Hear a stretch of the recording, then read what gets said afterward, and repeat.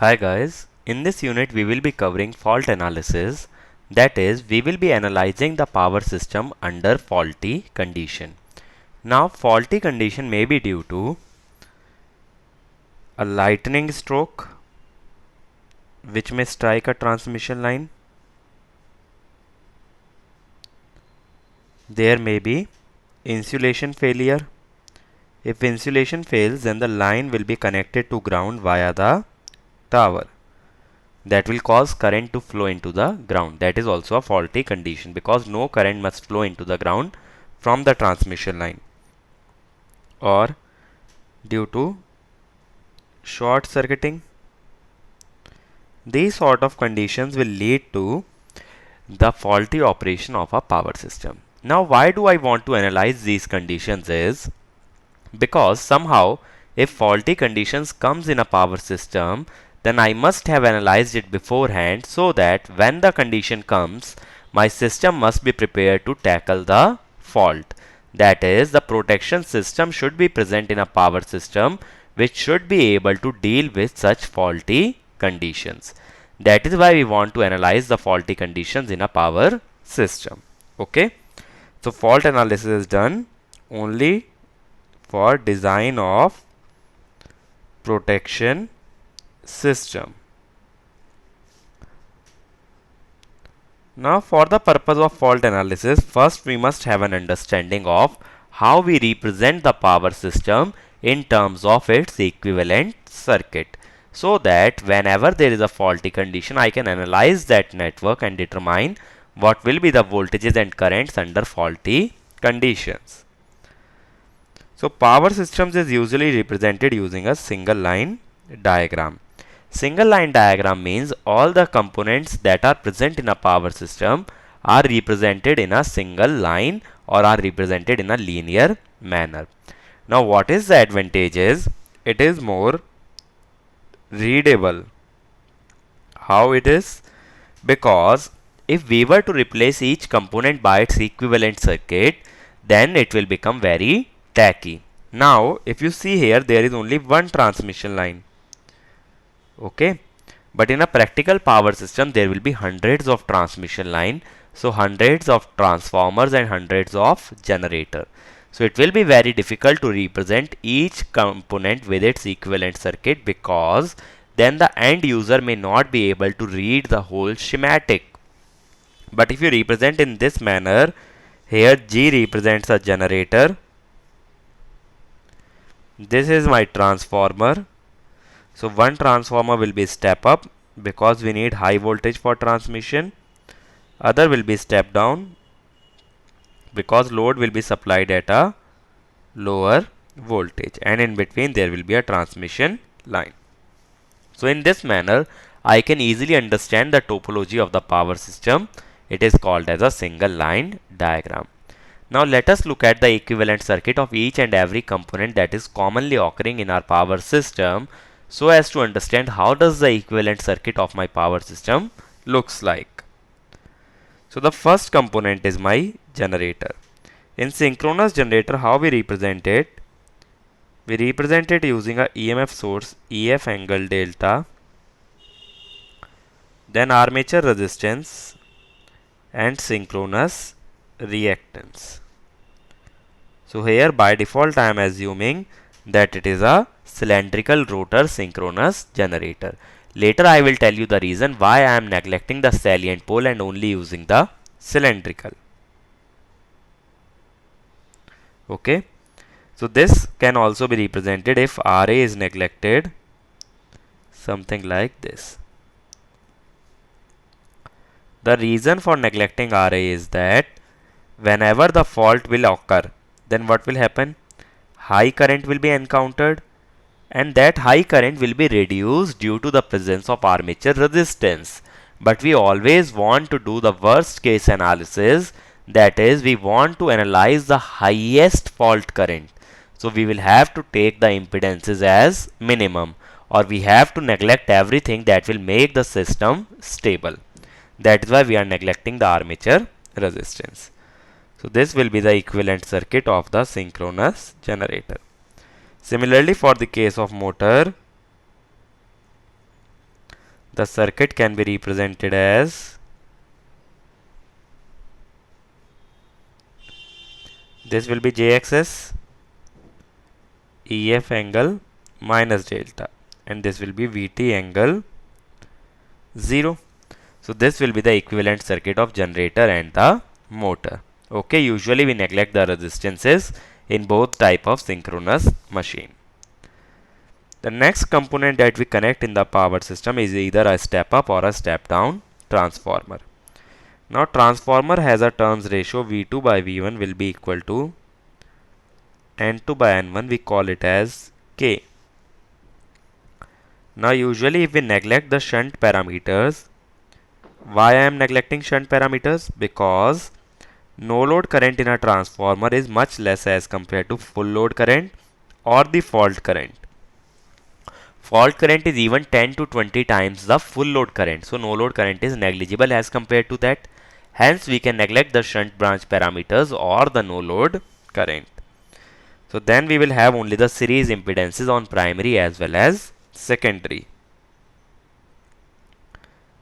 Now we know in a transformer we can refer the impedance onto one side.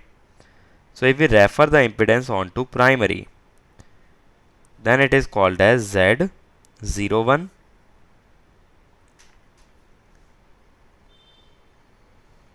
The circuit will be something like this.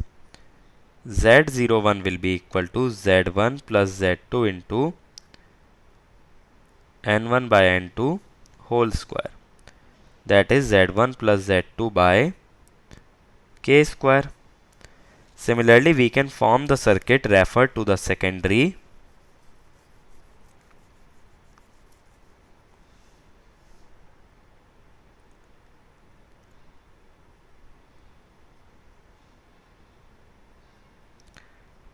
At the secondary side, this will be Z02. Now, what is the value of Z02? Z02 is Z2 plus Z1 into N2 by N1 whole square. This we have covered in electrical machines, that we have to multiply by the turns ratio square to transform the impedance, that is Z2 plus Z1 into K square. So that will be the equivalent circuit of a transformer. So remember, here we are neglecting the shunt branches because the impedance or the no load current is negligible as compared to your full load current and the fault current. So we have to neglect the no load parameters. In case of transmission line, we saw three models. One was short transmission line, in which we considered only the series impedance Z. Then one was a medium transmission line, in which we looked at four models, that was receiving end C model, sending end C model, T model and pi model. And the most famous is pi model, in which we represented like this: Z y by 2 y by 2. And the last one was long transmission line, where we use distributed model. Now here we will either consider this short transmission line approximation or the pi model, but not the distributed model, because though the distributed model is most accurate, but the problem is that analysis will be very complicated, as in a practical power system we will not have a single transmission line, but we will have hundreds of transmission line. So those equations will be complicated to analyze, and this model is the most common, which is a short transmission line. So in most cases you will see that the transmission line will be represented just as a series impedance. So remember this, transmission line is mostly modeled as a series impedance and nothing else.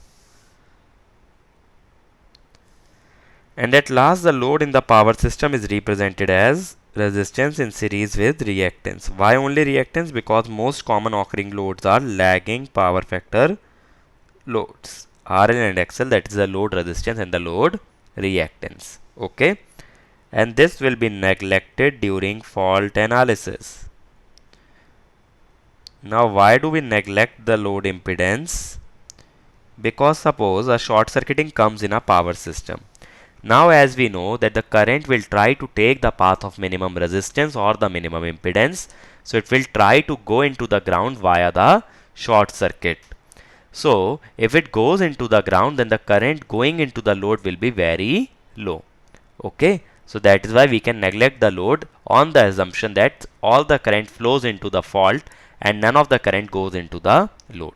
On this assumption, I can neglect the load when I am doing the fault analysis.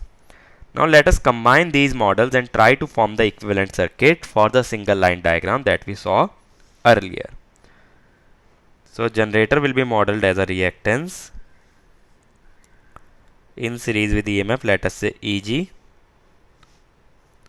Then there will be primary impedance, let me say Z01. I have referred the entire circuit to primary. This is transformer secondary. This will be Z line. Okay. Then Z01 dash. This is the primary side impedance of T2 or the impedance referred to primary for T2. Then this will be the secondary winding, and here we will have the load. Now if you see here, if we want to analyze this circuit using the mesh analysis, we have to form 3 KVL loops, I1, I2 and I3. So if you see, this is all happening because this transformer has divided the circuit into, or the network into, multiple sections. And this is the case when we only have a single transmission line. So try to imagine what will be the case when we will have a practical power system network which will have hundreds of transmission line. Then the effort involved will be unimaginable. Okay, so there will be so many equations that you will not be able to solve those equations. That means we need a way out by which we can simplify the analysis of the power system. We need something or some method which can reduce the effort involved, or which can reduce the number of loop equations that we have to form to simplify the network.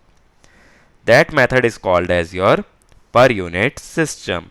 So per unit system we covered earlier. So I am just revising the basic concepts. Here I told you that we assume two base quantities. One is your voltage base, other is your power base. Then in three phase, current base was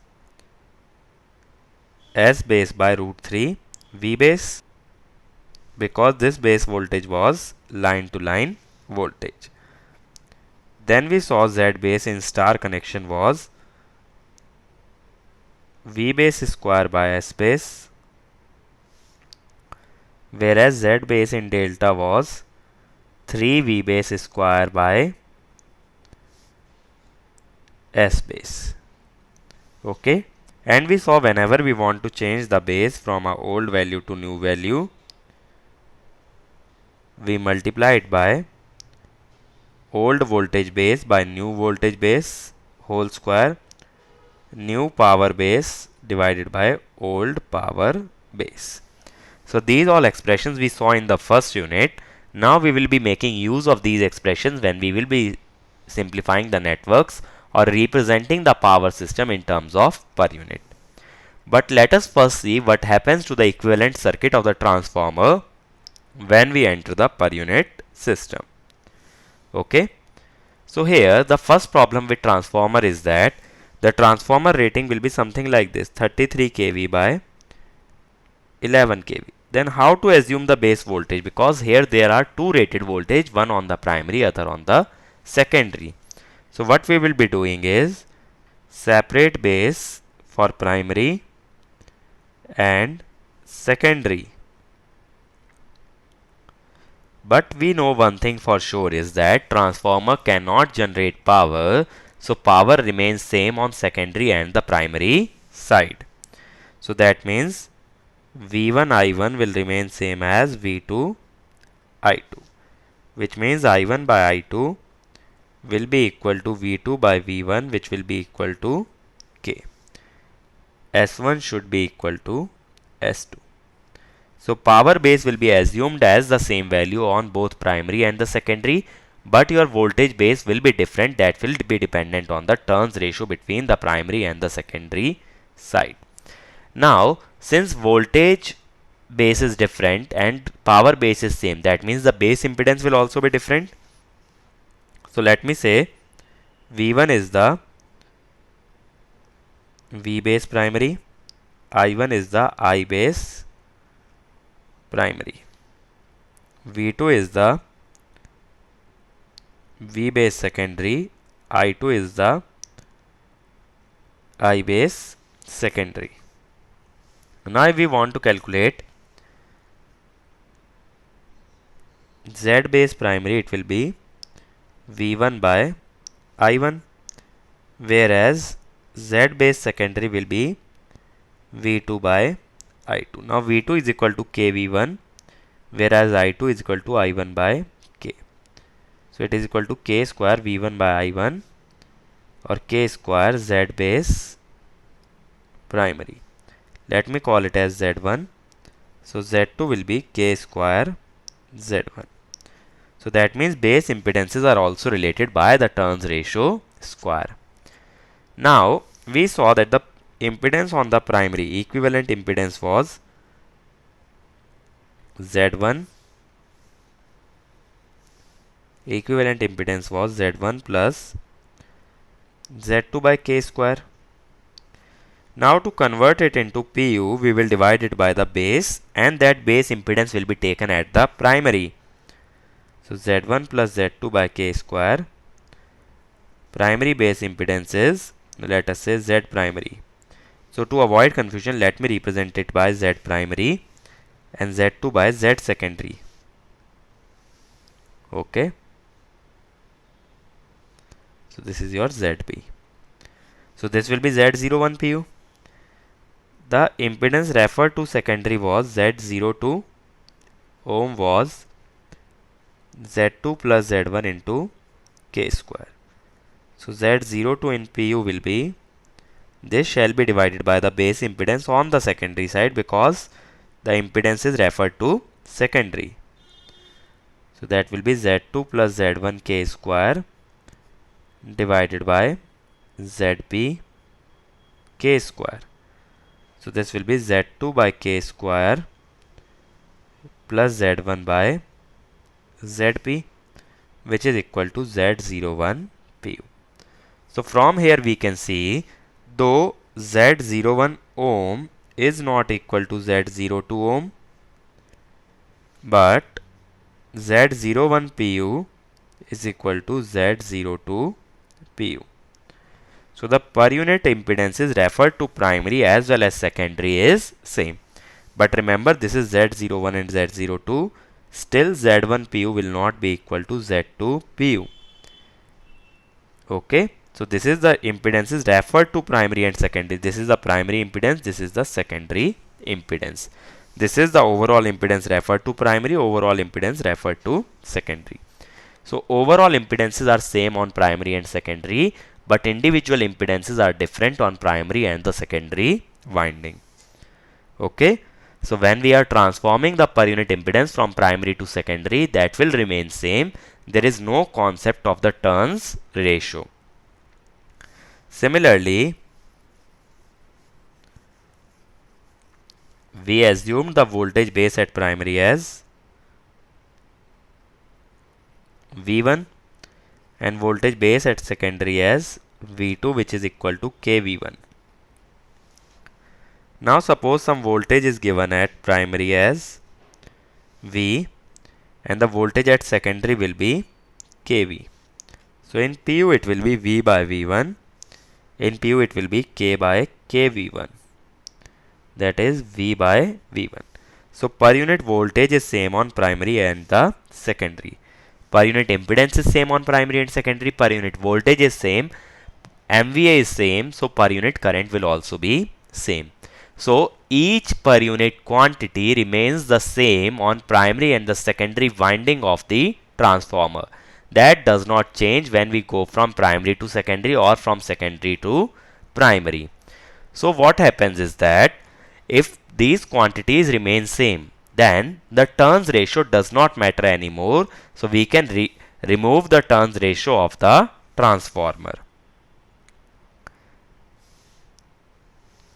So if we remove the turns ratio, then what will happen?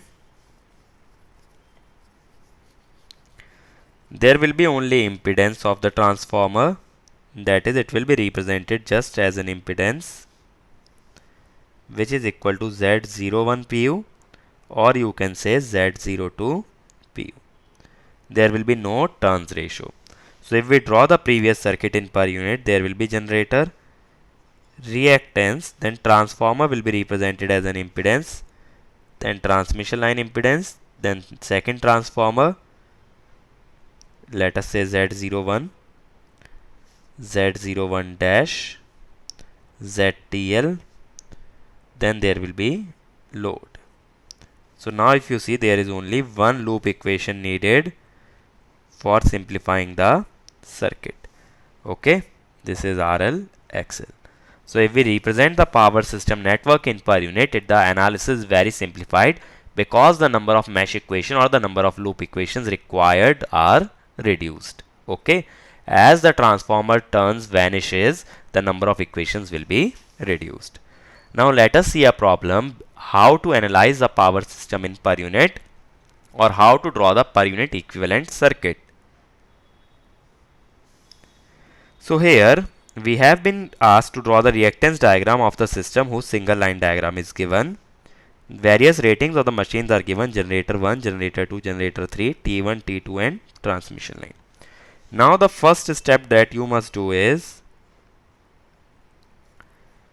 divide the power system into different sections based on transformer. So the circuit is shown here. Divide the power system into different sections. How? Like this. This will be section 1, this will be section 2, this will be section number 3. So I have divided the power system into 3 sections based on transformer winding. Now we must choose a base in any of these sections. So how to choose a base? If the base is given, it is fine. Otherwise, you have to choose a base for yourself. So let me choose the base as 30 MVA and 11 kV. That too in the section of generator G1. Now G1 lies in which section? G1 lies in first section. So here base is 30 MVA 11 kV. Now as we know that the transformer does not change the power base, the power on both sides of the transformers remain same. So base MVA in section 2 will be 30 MVA and in section 3 also it will be 30 MVA. But transformer does change the voltage, so we have to transform the voltage to find the voltage in section 2 and section 3. So remember, only one section out of the 3 sections is independent. You have to assume a value for that, and then the rest of the values should be calculated based on the turns ratio of the transformer. Now first transformer is 11 by 33 kilovolt. So since the primary voltage is 11, secondary will be 33 by 11 into 11, 33 kV. Now secondary voltage of T1 becomes the primary voltage of T2. So the T2 secondary voltage is, rating of T2 is 33 by 11. So T2 secondary voltage will be 11 by 33 into primary. Primary voltage is 33. So it will be 11 kV. So now I have got the base for all the 3 sections: 30 MVA 11 kV, 30 MVA 33 kV, 30 MVA 11 kV. Now the next step is to calculate the per unit impedances on the bases in different section. So let me start with generator G1. G1 impedance is given to be 1.6 ohm and G1 is lying in the section 1 where the base is 30 MVA 11 kV. So 1.6 divided by base impedance. Now base impedance is V base square by S base. V base square is 11 square by 30. Z base is V base square by S base. So it will come out to be 0.3967 pu. Okay, so whatever the base you are choosing, that will depend on in which section is the device lying. Next, for generator 2, it is 1.2 ohm. Generator 2 is lying in which section? It is lying in section number 3. So 1.2 divided by, in section 3 base is 11 kV 30 MVA. 11 square by 30. So it will be how much? 0.2975 pu. Similarly, generator 3, it also lies in the section number 3. So its actual impedance is 0.56, base is 11 square by 30. So it will be 0.1388 pu. So this is the per unit impedance of the 3 generators. Now I need to calculate the per unit impedance of transformers and the transmission line. Now in case of transformer T1, impedance is given as 15.2 ohm on high tension side. High tension means high voltage. Now which side is high voltage for transformer T1? Secondary side is having high voltage. So T1 is 15.2. So base must be taken on the secondary of 1. The secondary of 1 is actually section number 2. Base is 30 by 33. Okay. So we have to take 33 square by 30, which will come out to be 0.4187 pu. For transformer T2, impedance is same 15.2 ohm on high tension side. Now high tension side for second transformer is primary, because the primary voltage is 33. It is higher than the secondary voltage, so it is the high tension side. 33 square by 30, it will yield the same result, 0.4187 pu. Last is my transmission line, 20.5 ohm. Transmission line is lying in section number 2. So it will be simply 20.5 divided by 33 square by 30. So how much will this come out to be? It will be 0.5647 pu. So this way you have to calculate the per unit impedance on suitable base for each and every component in the power system. Then you must interconnect these components to attain the per unit diagram. Like here, this is my generator G1, its per unit reactance. Then this is the per unit reactance of T1. This is your transmission line. This is your T2. This is my G2. This is your G3. Okay. So here we have represented all the components and interconnected them in the base, series and parallel based on the topology given in the problem. Okay. So these are the simple steps that you have to follow to represent the power system in PU. Let us look at another variation of this problem. Here, ratings of different components are given to me, but all the impedances that are already given to me are in per unit. Now, whenever the impedance is given in per unit, it means it is given on its own base. Okay. Now, if it is given in its own base, as I told you earlier, we have to choose a base for the entire power system.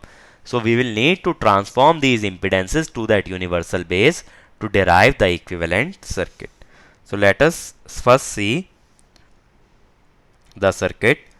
We will divide it into sections based on transformer. This is section number 1, 2 and section number 3. Now, the system base is given as 100 MVA and voltage at G1 is 2400. So, base will be 100 MVA in section 1. Voltage base will be 2400 volt. Now, other bases will be determined based on section number 1. So, power base remains same. So, it will be 100 MVA for all the 3 sections. Now, voltage base will be determined based on the turns ratio. For transformer T1, the voltage transformation ratio is 2400 by 9600. So, secondary voltage will be 9600 by 2400 into 2400, which is 9600 volt. The transformation ratio for T2 is 10 by 5 kV. So it will be 5 by 10. Primary voltage is 96 because the secondary voltage of T1 will be primary voltage of T2. So it is 4800 volt. So now if you see, the base voltage can be different from the rated because the rated secondary voltage of T2 is 5 kilovolt, whereas here the base is 4800 volt. So do not directly go on assuming the rated voltage as the base voltage, it can be different. Now we have bases for all the sections. Let us calculate the PU impedance of all the elements. Now to calculate PU impedance, we have to change the base. So let us first change the base for G1. Z1 or Z, it will be old impedance, that is 0.2 into V old by V new. Given rated voltage is 24, that will be V old. New is the assumed base, which is 2400 volt. Okay, so rating is taken as old base and the assumed base is taken as new base into S new. S new is 100 MVA, given base is 10. 100 by 10. So this will be 2 PU. Similarly, generator G2, it is also lying in section number 1. So base will be 100 MVA, 2400 volt. So it will be 0.2 into, given voltage is 2400, assumed is also 2400. Then given base is 20 kVA, assumed is 100. So this will be 1 PU. Then for the case of transformer T1, we have been given the per unit impedance as, in T1 it is 0.1 PU. Now since this impedance is in PU, we do not need to know the side. Okay, because whenever the impedance is in PU, it is same on primary and the secondary.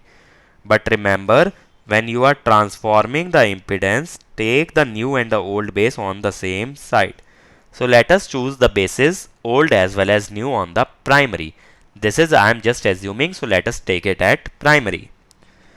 So primary old voltage is 2400. New voltage, that is assumed base, is also 2400. Okay. So old is 2400, new is 2400 on primary of T1. Now MVA base chosen is 100 MVA, given it is 100 kVA, it is 40 kVA. So it will be 0.25 PU. For transformer T2 it is 0.1 PU. Now you have to decide where you will take the base, on primary or on the secondary. So let us take on secondary. So here on the secondary, the rated voltage is 5 kV. So old base is 5000. Sorry, this base voltage was 4800. And the assumed base is 4800. New MVA is 100, old is 80. This comes out to be 0.136 PU.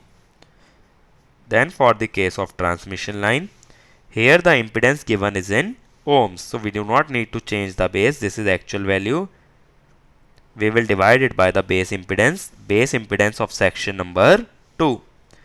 Section number 2 has the base impedance 9600 square by 100 kVA.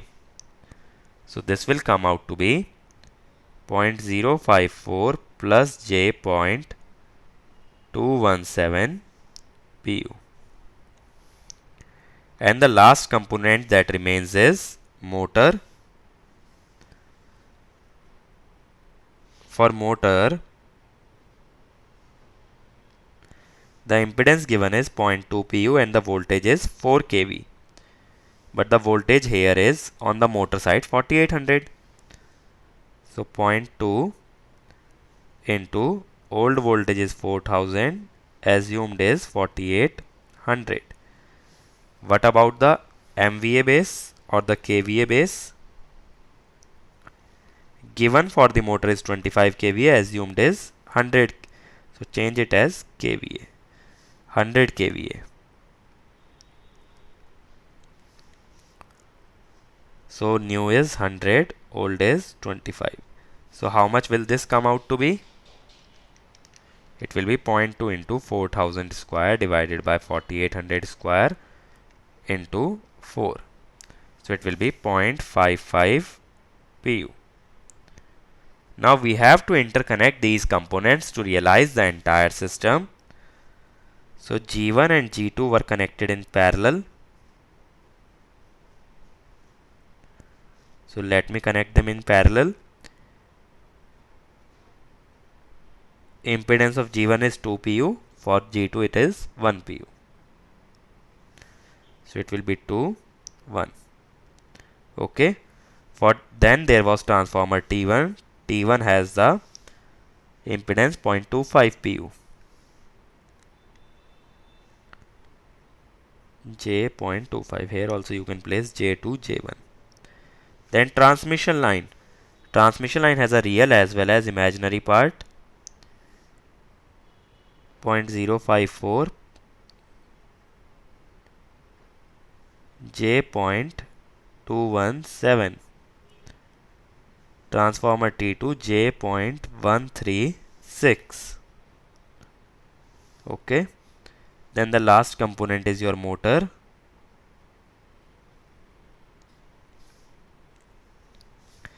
J 0.55, and this will be the EMF of motor. This will be generator EMF 1, 2. So that will be the per unit network for the power system. So that is how you construct the per unit network for any power system network. So let us summarize what we learnt in this lecture. We first saw single line diagram.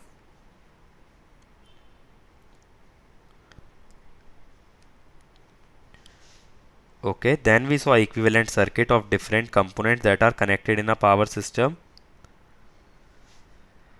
Then we saw that there were large number of loop equations, that is why we cannot use such a equivalent circuit. So we revisited our per unit system. Then we saw how transformer is represented in pu. It is represented just by a series impedance. Then we saw how per unit reactance diagram can be drawn for any power system network. So this is the foundation stone for the fault analysis, because on this only we will build our fault analysis of different power systems. Okay, so this you must perfect it. You must design different power system and then try to design their per unit reactance diagram. If you do it for one or two problems that have been designed by you, it is sufficient, not anything more than that. Okay, in the next lecture we will see a mathematical concept on how to analyze the unbalanced system in terms of balanced components. That we will see in the next lecture.